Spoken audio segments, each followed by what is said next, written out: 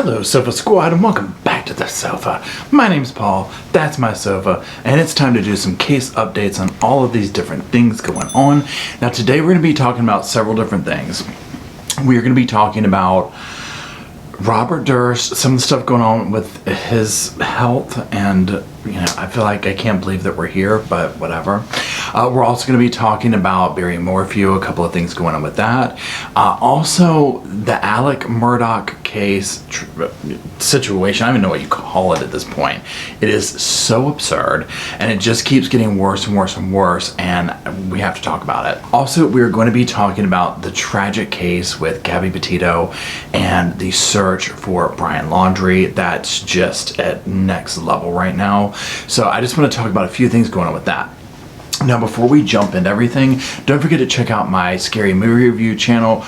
It's right here. It's a slice, a spice, and a dice movie reviews. You can expect to find all sorts of things there related to scary movies and reviews. Hence the name, Scary Movie Review.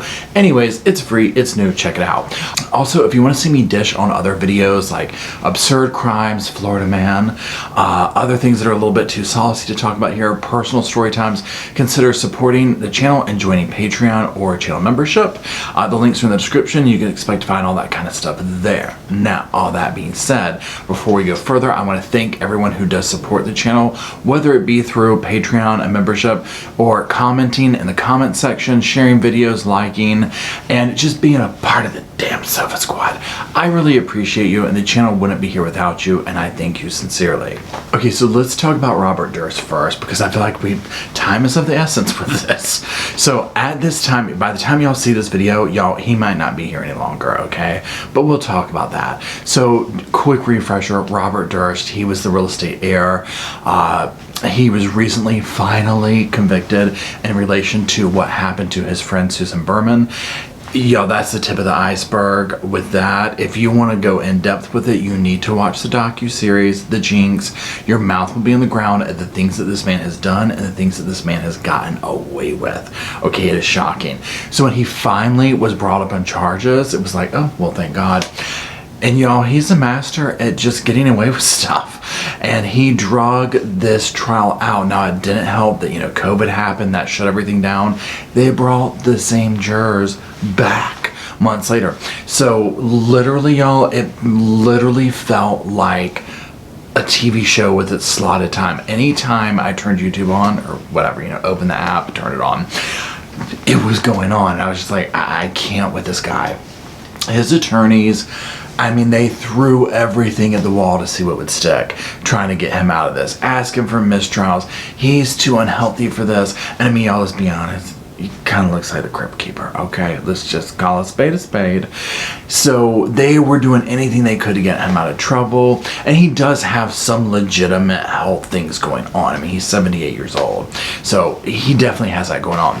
Now, a huge thing that his attorneys were doing is they were like, look, you know what? He's had many strokes. He's had this and that. He can't testify in his own defense, so we just need to let him go. However, all that being said, he would take the stand in his own defense for 15 days. Y'all, I don't even know that. That might be a damn record. We need to look that up. It is not in anyone's best interest to ever testify on their own behalf. Obviously, we know this. To get up there for 15 days after your attorneys have basically said you could drop dead at any second. I'm just like, are you kidding me? Y'all, this one, even though to me it's a slam dunk, this man is so guilty of so many things. I was like, I want to see, because he's gotten away with so much. He's already gotten out of doing this to other people. So when it did come back that they found him guilty, I'm not gonna lie, I was shocked. I was like, well, finally. And I'm not saying I was shocked because I was unhappy about that, but I was just at the point of, again, I was like, this dude just gets away with whatever he does. So thank God he was found guilty, okay? So then he comes back for sentencing. He ain't leaving. He gets life in prison, whatever.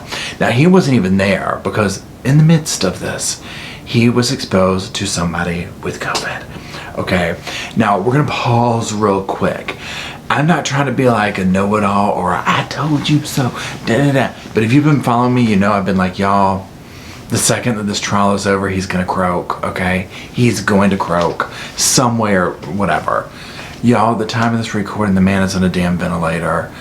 I will almost guarantee you, the second he got to go back to jail, he found the first person with COVID and licked them from head to toe to ensure that he got it, okay? Can't convince me otherwise, okay? That's just how this man rolls. I do not expect him to live long. I'm sure he's trying to refuse everything. He is riding this out and probably loving every second because at the end of the day, he's in control. You know, that type thing. Now, again, this is allegedly. I don't know if he gave himself COVID or not. That's just my speculation or whatever. That's not a fact. So, you know, there's that.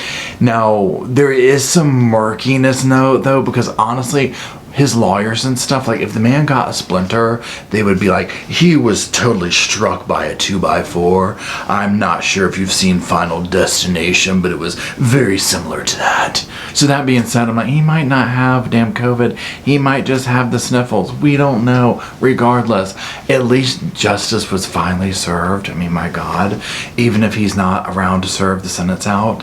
So at least he's not spending this last years of his life free, as obviously he took that possibility away for his numerous victims and their families. Now, y'all, also in the realm of like absurd cases, because the Barry Morphew thing is getting absurd to me, okay?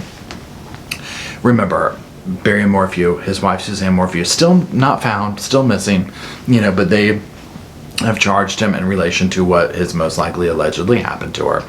So he's out on bail, $500,000, and is staying in the home next to his former home that him and Suzanne lived in that he sold after she went missing. So that is all sorts of creepy for 200, Alex. And I'm just like, okay, if that's not bizarre enough. So first of all, remember, this is Colorado. This is on Puma Path where his old house was. So the ankle monitor, he's being monitored by it, by the GPS thing. It doesn't work. Like, it doesn't get a signal or whatever.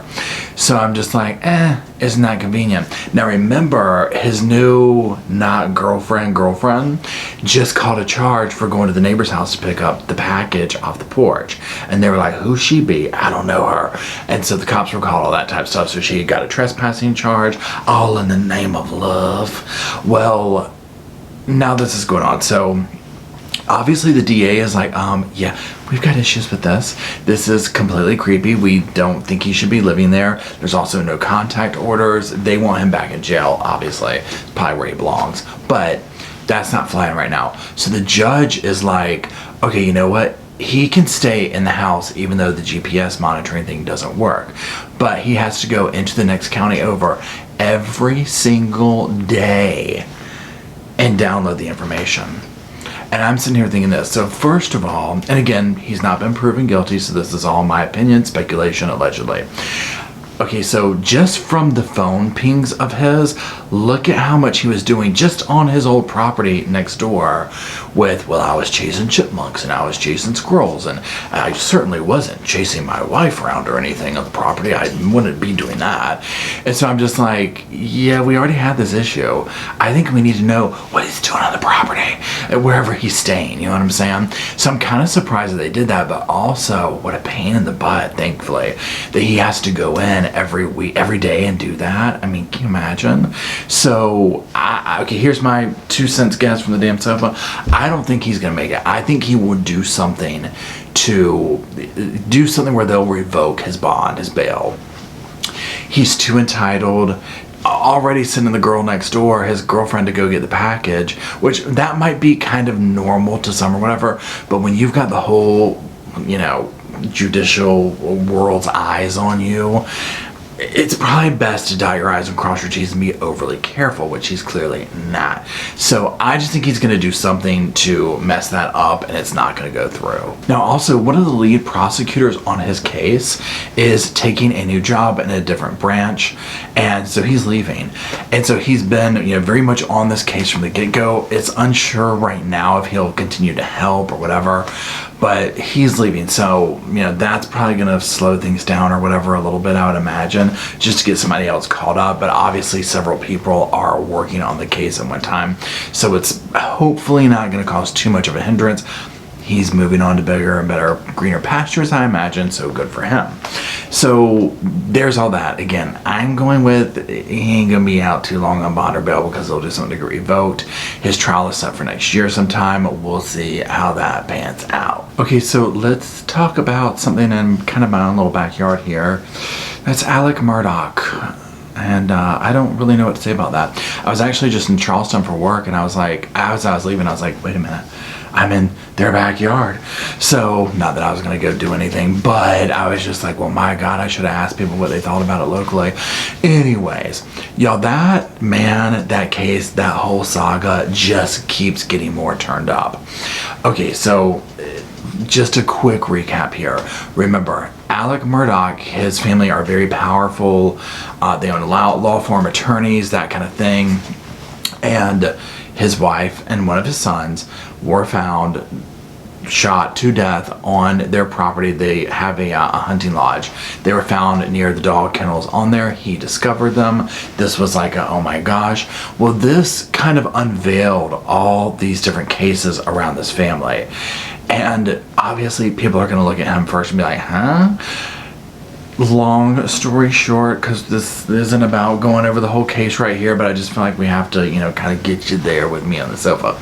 So there's a couple of different things going on. First of all, the one we're going to talk about today, there's a former case that involved his housekeeper for the family, and there's a slip and fall incident. It ended up resulting in her passing. She did not survive, and so there's that. Well, this has come back to bite him in the butt again. Now, he worked on like a settlement for that behind closed doors, in secret, yada yada yada. Well, now, in addition to it being like, okay, did she really fall, like an accident, or like what happened? But the grown sons of hers are saying, look, we never got any of the money. He ran off with it to the tune of like, over 2 million, under 3 million. And so that's really bad. That's like a lot of salt in a major wound. So there's that. Now, we already know that he ripped off his family law firm and they ousted him, okay? And then days later, he faked his own, attempted, the capital M against himself, and that fell through, and he got charges against that.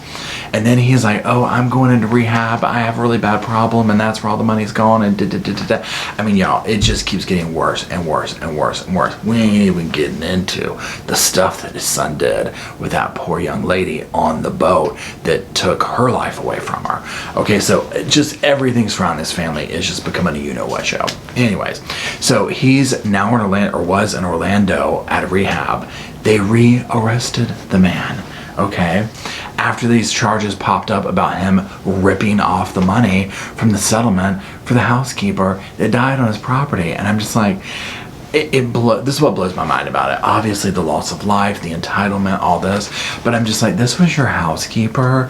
I don't know how they treated their staff and whatnot. I'm guessing poorly. That's just my assumption, because of the fact of, I mean, how much money do they have? And you want to sit here and do all that and then skim off the top or take all of it and not let her family get a bit of that? I'm guessing they don't have anywhere near the amount of money that, the Murdaughs have. And so that's where I'm just like, wow, this really shows like a lot of character here. Now, here's the thing in the very beginning where it was like, oh, surely he wouldn't have done that to his wife and son. I mean, that's absolutely horrible. Now granted, obviously he's going to be suspect for that, but at this point I'm just waiting for them to charge him in that too, because I'm like, there's no boundaries with this man. This man is serving Grant Amato. Okay, that's the kind of energy we're getting up here. There ain't no limits that this man ain't willing to cross. So y'all, we're going to polish this out with a very quick discussion about Gabby Petito, Brian Laundrie. This has dominated the news, okay? First of all, sadly, we got the autopsy stuff. We found out that this was strangulation. I think a lot of people probably kind of saw that coming. Regardless, my heart goes out to her family. This is just tragic. It's also horrible that it's just playing out so hardcore in the public eye. And it's also horrible that Brian hasn't been found. Here's my thing, that I'm just like, this just literally if this happened 5 years ago, I'd be more shocked, but because of just everything that's gone on the last few years, I'm almost to the point of nothing surprises me. So again, he's been missing for a little over a month now, depending on when you're watching this video, and has not been found. Sightings everywhere. Oh, he's in Appalachian. Oh, he's there. He's here. Yeah, but he ain't been found. Okay. Now at the Carlton Reserve, which is where they've still been searching at the time of this, different little things are popping up. Oh, they're taping this area off. Oh, investigators are going in there with rifles. Oh, this has happened. That's happening. But again, still no Brian. Now, people are completely not stalking, but protesting outside his family members' homes. His father has been spotted, picking up the laundry baskets. Let's see, what else is he doing? Taking stuff down that, protesters are leaving out, asking, what if this was Cassie and that kind of thing. So his sister's getting death threats. Now, she did come out and talk to people, I don't know, a week or so ago, and I did a separate video on that. Here's the thing where I'm like, So Gabby's parents did a interview recently, and Nicole, Gabby's mother, was basically saying something to the effect of, and I'm like, what, she's got a point. His parents don't act like parents that are concerned about where their son is. There doesn't seem to be that. So here's the difference. Look at how they acted before this blew up, when they were like, where's Gabby? There was a general level of concern, but yeah, I'm like, they don't really seem to show that. Mind you, they're not really coming out that much. So I was looking into this, and I'm just curious what y'all think. So really, this is me just coming to the Sofa Squad with some questions. First of all, do we think he's alive? Do we even think he's alive anymore? Okay, if we do, where do we think he is? Do we think he's somewhere in Florida? Do we think he's in the United States? Or do we think that he has completely evaded capture and is Mexico, wherever? Next, now I'm not going to put the video in here, it's in the description below, and what I'm talking about is the whole idea of that underground bunker thing. Okay, I didn't go down that rabbit hole at all, and I still really haven't, but when I saw someone, and I think it's Perez Hilton maybe, but multiple people have reported on it, basically saying that when her mother Gabby made these statements, it was people are theorizing, does she think that the bunker thing is true? So I watched the video, and here's the thing, for me, I'm like, well, you don't know it's doctored anymore, because yeah, it looks weird, but I didn't go down the rabbit hole enough to know, has somebody debunked this and said, oh, this is what was really the hand or whatever? Here's my thing, I'm like, it's broad daylight. At this point, if that was the thing, I think the cops would have dug up the backyard. You know what I'm saying? They would be all over that. But it is also weird where I'm like, yeah, what was that object? Or was it a doctored video? So, however, I do agree with her parents. I think that his parents, they're not acting like they're really concerned about where he is. So, does that mean that, oh, he's in the backyard? I don't think that.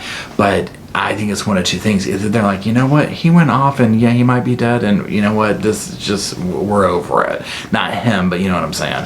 Or they're like, no, we know he got to where he was going, because there has been a lot of really bizarre behavior with them that centers around not being too forthright from what we've seen with information about where he went in the beginning, and also just not helping, just lawyering up and not saying anything or speaking to her parents.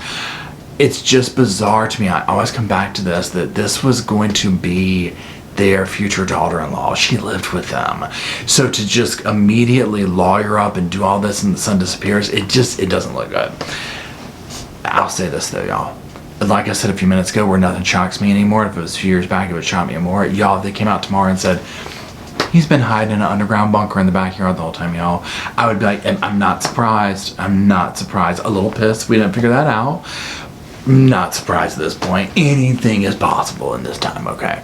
So, regardless though, my heart goes out to her family. I so hope that this ends with finding him alive. I guess my worst fear is, number one, never finding him, okay? Number two, he's done something to himself to take the cowardly way out, and he can't, answer to what he has allegedly potentially done. So we'll just see. So that's it. I appreciate all of you watching. Thank you very much for being here, for conversing, for hanging out on the sofa. Be on the lookout. My Melanie Gibb video is coming out soon. I'm actually recording it after this. It'll just take me a hot minute to edit it because it is long. And I'm talking about that interview. Y'all, all that. I have to just dedicate separate videos to all that stuff that came out. on the Daybell case because it's just too much. My brain literally shuts down. Now, I appreciate you once again, and until next time, I'll see you back here on the sofa.